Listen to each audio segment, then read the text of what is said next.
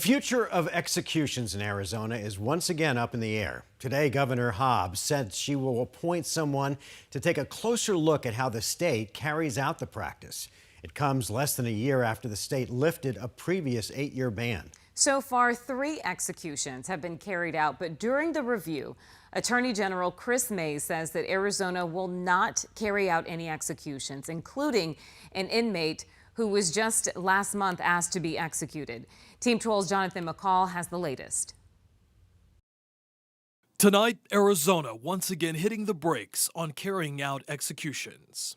We just want to make sure the practices are sound and that we don't end up with botched executions like we've seen recently. Friday, Governor Katie Hobbs issuing an executive order calling for an independent deep dive into the state's execution policies and practices. And we worked closely with the Attorney General's office in this decision. During the review, Attorney General Chris Mays, who previously called the death penalty the law of Arizona, announced a stop on all executions, including the one for Aaron Gunches. In November, Gunches asked the Arizona Supreme Court to sign off on a death warrant for his execution, but withdrew it earlier this month.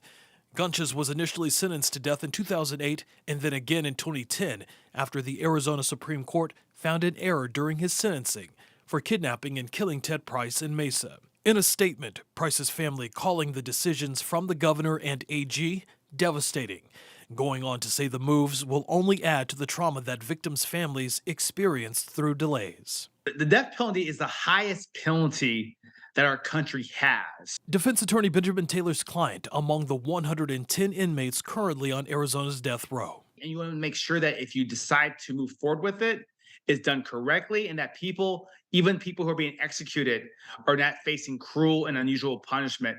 The other side of the coin is the victims. Victims' families might want the person on death row who murdered their family member executed. The move comes just 7 months after the state lifted a ban on executions following an 8-year hiatus. Right now, there's no timetable on just how long this latest ban will last or if and when executions will resume in Arizona. In Phoenix, Jonathan McCall, 12 News.